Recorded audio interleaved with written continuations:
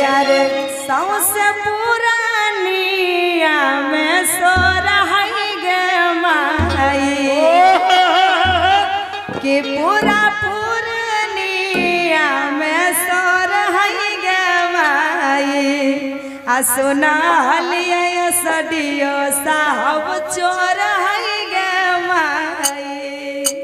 आइएगा म्यूजिक से सौसे पुरानिया में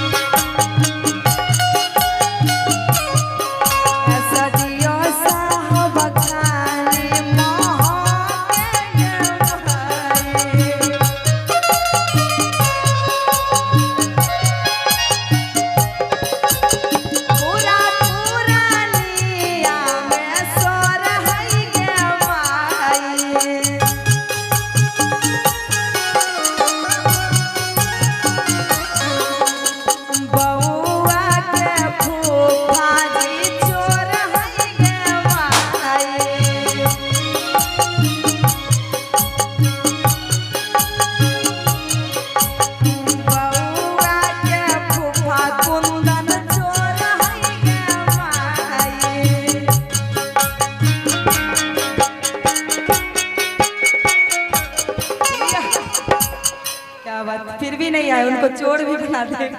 अच्छा क्या कीजिए, कोनो बिल में घुसल होते बेचारा के करते ककरो फेराक में होते कन्या मिलते जाइए बेकारे हम अपना बोला लो अपने ओझराए गेल। पिंटू भैया जाइए।